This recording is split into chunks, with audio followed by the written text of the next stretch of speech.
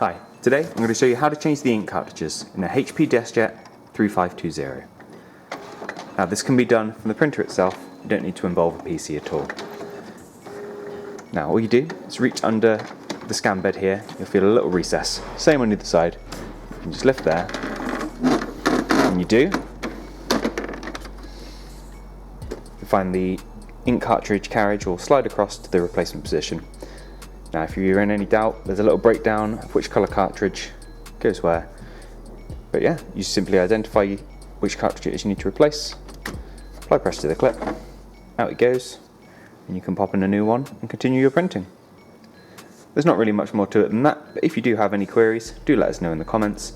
If you found this useful, chuck us a like, and if there's anything else you want to know about this machine, we have several other videos for it on our channel. And that's about it. Thank you for watching again, and I'll see you next time. Take care. Bye bye.